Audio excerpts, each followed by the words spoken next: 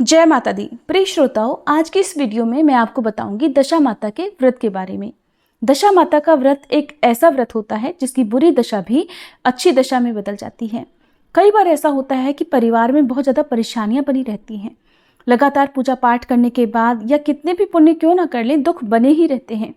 ऐसा तब होता है जब दशा माता की कुदृष्टि होती है। ऐसी स्थिति में घर में कलह क्लेश रहता है, बहुत ज़्यादा परेशानियां बनी रहती हैं, धन का अभाव होने लगता है और अनावश्यक रूप से संकट में परिवार घिरा ही रहता है। तो दशा माता का जो व्रत है वो ऐसे ही संकटों से उबारने वाला व्रत है। हर बुरी स्थिति से बचने के लिए और दशा माता की कृपा बनी रहे, इसी कामना के साथ दशा माता का ये जो व्रत है वो महिलाओं द्वारा पूर्ण श्रद्धा और भक्ति के साथ किया जाता है। इस व्रत को जो भी व्यक्ति भक्ति भाव से करता है उसके घर से दुख और दरिद्रता दूर हो जाती है। दशा माता के व्रत में दशा माता का डोरा भी धारण किया जाता है। तो दशा माता का डोरा धारण करने के नियम क्या हैं? दशा माता को किन वस्तुओं का भोग लगाया जाता है? क्या क्या नियम होते हैं? व्रत कब से कब तक किया जाता है? इन सब बातों के बारे में बताने से पहले आप सभी से एक विनती है कि आप हमारे चैनल को जरूर सब्सक्राइब कर लीजिएगा, ताकि दशा माता की जो भी 10 कथाएं हैं वो आप लगातार 10 दिनों तक सुनते रहें। क्योंकि इस व्रत का एक नियम ये भी है कि दशा माता की कथाएं लगातार 10 दिनों तक सुनी जाती हैं। होली के अगले दिन से लेकर चैत्र मास के कृष्ण पक्ष की दशमी तिथि तक कथाएं सुनी जाती हैं। चैत्र मास के कृष्ण पक्ष की दशमी तिथि को ही दशा माता का व्रत रखा जाता है। और इस बार दशा माता का व्रत साल 2024 में 4 अप्रैल गुरुवार के दिन रखा जाएगा। दशा माता के रूप में माँ भगवती की पूजा की जाती है और इस दिन पूजा करके महिलाएं गले में डोरा पहनती हैं ताकि परिवार में शांति, सुख और समृद्धि बनी रहे। दशा माता के इस डोरे को सांपदा माता का डोरा भी कहते हैं। और जब किसी की भी दशा खराब होती है, पूरी कोशिश करने के बाद भी कोई काम नहीं पूरा होता, दशा खराब हो तो बहुत ज़्यादा बाधाएं आ जाती हैं। ऐसे ही संकटों से उबारने के लिए संकल्प लेकर दशा माता का व्रत करना चाहिए। दशा माता के व्रत के लिए आवश्यक पूजन सामग्री में रोली, कुमकुम, मौली, सुपारी, अक्षत, धूप, दीप, नैवेद्य, माँ को अर्पित करने के लिए काजल, श्रृंगार की सामग्री, गेहूं, धूप, दीप और मेहंदी आदि आपको चाहिए होगी। और दशा माता के डोरे के लिए आपको चाहिए होगा 10 तार वाला एक सफ़ेद धागा। और इस 10 तार वाले धागे में आपको 10 गांठें ही लगानी होंगी और इस धागे को आपको हल्दी में रंगकर पीला कर लेना होगा। इस धागे को ही दशा माता या सांपदा माता का डोरा कहते हैं। दशा माता के पूजन की विधि क्या है, अब इस बारे में जान लीजिए। तो व्रत करने वाली जो भी सुहागिन महिलाएं हैं या कोई भी महिला इस व्रत को कर सकती हैं, तो उन्हें अगर सुहागिन महिला है तो शादी का जोड़ा या नए लाल वस्त्र पहनकर पूजा करें, पूरा श्रृंगार करके पूजा करनी चाहिए। यदि कुंवारी कन्याएं या फिर कोई विधवा महिला इस व्रत को करना चाहती हैं तो वो भी अपनी सामर्थ्य के अनुसार साफ सुथरे वस्त्र पहनकर पूजा कर सकती हैं। व्रती महिलाओं या कन्याओं को सुबह स्नान आदि से निवृत्त होने के बाद हाथ में जल या पुष्प लेकर व्रत का संकल्प लेना होता है। इस व्रत में दशा माता की मूर्ति या चित्र की पूजा की जाती है, तस्वीर की पूजा की जाती है। और इस दिन त्रिवेणी वृक्षों यानी कि पीपल, बरगद और नीम के वृक्षों की पूजा जरूर करनी चाहिए। पहले जानिए माँ के स्वरूप के बारे में। तो दशा माता माँ भगवती यानी माँ पार्वती जी का ही रूप है और दशा माता के इस रूप में माता को ऊंट की सवारी करते हुए दिखाया गया है। माँ की 4 भुजाएं हैं जिनमें माँ तलवार, त्रिशूल, कमल का पुष्प और ढाल अपने भक्तों की रक्षा के लिए धारण करती हैं। व्रत करने वाली महिलाओं या कन्याओं को सुबह स्नान आदि से निवृत्त होने के बाद व्रत का संकल्प लेना चाहिए। इस व्रत में दशा माता की मूर्ति या फिर तस्वीर की पूजा की जाती है। अगर मूर्ति या तस्वीर ना हो तो आप पान के पत्ते पर चंदन से दशा माता की तस्वीर भी बना सकते हैं और उनकी पूजा भी कर सकते हैं। या फिर आपके पास देवी पार्वती जी की मूर्ति तस्वीर हो तो उनकी पूजा आप कर सकते हैं। ये पूजा आप पीपल के पेड़ के पास या फिर अपने घर पर भी कर सकते हैं। मंदिर में गंगा जल छिड़कने के बाद दशा माता को कुमकुम, काजल और मेहंदी की 10-10 बिंदी लगाई जाती हैं। भोग के रूप में आज के दिन अक्षत, नैवेद्य और लपसी का भोग लगाया जाता है। सूत का धागा बांधकर अपने और अपने परिवारजनों के सौभाग्य और मंगल की कामना की जाती है और पीपल के पेड़ की 7 या 11 बार परिक्रमा की जाती है। आज के दिन पीपल को लाल चुनरी भी चढ़ाते हैं। 10-10 गेहूं या फिर धान की ढेरी पास में सजाई जाती है। हलवे, लड्डू, लापसी या फिर मीठे पुओं आदि का भोग 10 ढेरियों के पास रखा जाता है। 10 गांठों वाला डोरा भी साथ में पूजा करते हुए रखा जाता है।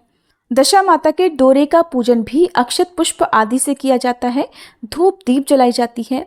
फिर अगर आप पहले से ही इस व्रत को रखते आ रही हैं और आपके पास अगर पिछले साल का डोरा हो तो उसे भी आपको पास में ही रखना होता है। फिर हाथ में गेहूं के 10 दाने लेकर दशा माता की कथा सुनी जाती है। आज के दिन राजा नल और रानी दमयंती वाली दशा माता की कथा पढ़ी या सुनी जाती है। कहानी पीपल के पेड़ की पूजा के बाद भी आप कर सकते हैं, यानी पढ़ या सुन सकते हैं। और आज के दिन जो लोग पूरे 10 दिन तक कहानियां नहीं सुन पाए हों, वो लोग लगातार 10 कहानियां भी आज की पूजा में सुन सकते हैं। यदि आप नियम पूर्वक 10 कहानियां सुनते आए हैं तो भी कहते हैं कि आज के दिन ये सारी कहानियां एक बार फिर से सुननी चाहिए। पूजा करने और कथा सुनने के बाद महिलाएं दशा माता का जो आपने नया डोरा पूजा है, या यदि आप पहली बार इस व्रत को कर रही हैं तो जिस डोरे की आपने पूजा की है उस डोरे को आपको श्रद्धा के साथ दशा माता से प्रार्थना करते हुए अपने गले में धारण करना चाहिए। इस डोरे को आपको शरीर के ऊपरी हिस्से में, जैसे कि गले में ही धारण करना चाहिए। गले में धारण करना यदि आपके लिए संभव नहीं है और इस डोरे को आप पहनना ही चाहती हैं तो आप इसको अपनी बाजू में भी पहन सकते हैं और फिर पूरे साल भर इस डोरे को गले में या बाजू में धारण करना चाहिए।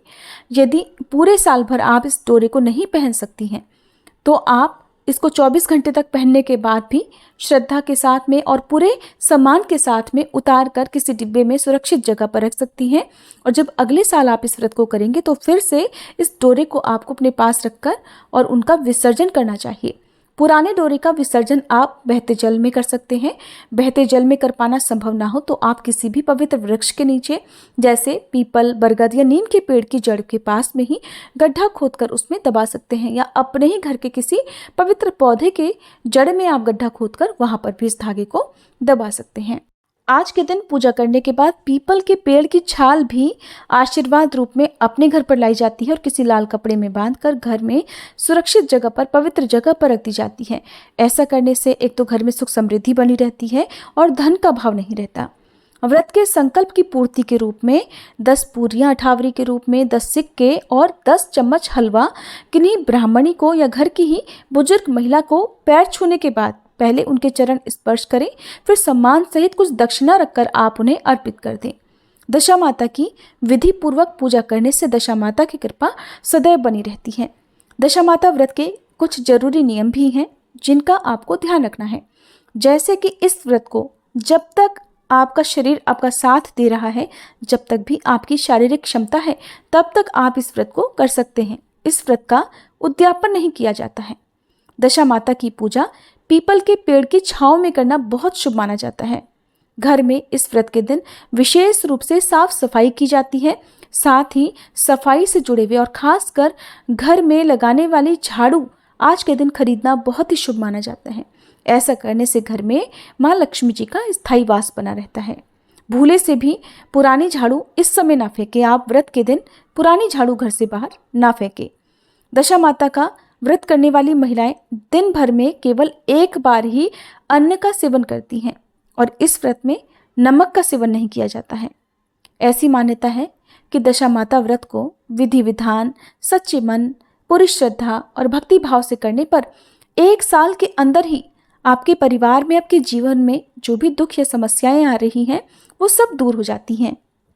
अब जानिए कि दशा माता का डोरा कब खोला जाता है। यदि आप पूरे साल भर इस डोरे को गले में नहीं पहन पाती हैं तो इसके लिए वैशाख मास के शुक्ल पक्ष में किसी भी शुभ दिन पर, जैसे कि अक्षय तृतीया या फिर वरद चतुर्थी के दिन, सोमवार के दिन या फिर दुर्गाष्टमी के दिन जिस दिन बगलामुखी जयंती मनाई जाती है, या फिर आप मोहिनी एकादशी जो कि वैशाख शुक्ल पक्ष की एकादशी होती है उस दिन, या परशुराम द्वादशी के दिन भी इस डोरे को गले से खोलकर विधि विधान और सम्मान के साथ पीपल के पेड़ की जड़ में दबा सकते हैं। इस बात का आप ध्यान रखें कि जिस दिन भी आपको ये डोरा खोलकर रखना होगा उस दिन आपको एक बार फिर से व्रत करना चाहिए। एक समय ही अन्न, वो भी बिना नमक का, ग्रहण करना चाहिए और उस दिन राजा नल और दमयंती की कहानी भी आपको जरूर सुननी चाहिए।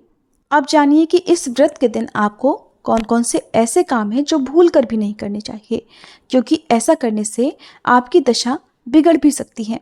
अच्छे दिन भी बुरे दिन में बदल सकते हैं। तो आज के दिन आपको खास तौर पर घर का पैसा जहाँ तक हो सके खर्च करने से बचना चाहिए। किसी को भूल कर भी उधार या कर्ज तो बिल्कुल ना दें। और आपकी आवश्यकता की जो भी वस्तुएं हैं, पूजा सामग्री की हो या घर के आवश्यक खर्चों की हो, यदि ऐसी वस्तुएं हैं तो आप एक दिन पहले ही खरीद कर रख लें, क्योंकि आज के दिन किसी भी प्रकार से आपके घर का 1 रुपया भी घर से बाहर नहीं जाना चाहिए। और भूले से भी आज के दिन आप अपने घर से किसी को भी किचन से जुड़ी कोई सामग्री उधार ना दें। जैसे आप हल्दी या दूध, दही आज के दिन भूले से भी किसी को उधार न दें। और ना ही गलती से अपने घर की झाड़ू किसी दूसरे को देनी चाहिए। आपको जो वस्तुएं केवल दान में देनी है उन्हीं का आप दान दे सकते हैं। और ध्यान रखें कि घर में कचरा ना हो, कोई भी टूटी फूटी बेकार चीज़ें आपके घर पर ना पड़ी हों, क्योंकि टूटी फूटी चीज़ें, चाहे वो प्लास्टिक का कबाड़ हो, कुछ भी हो, ये दुर्भाग्य को घर में लेकर आता है।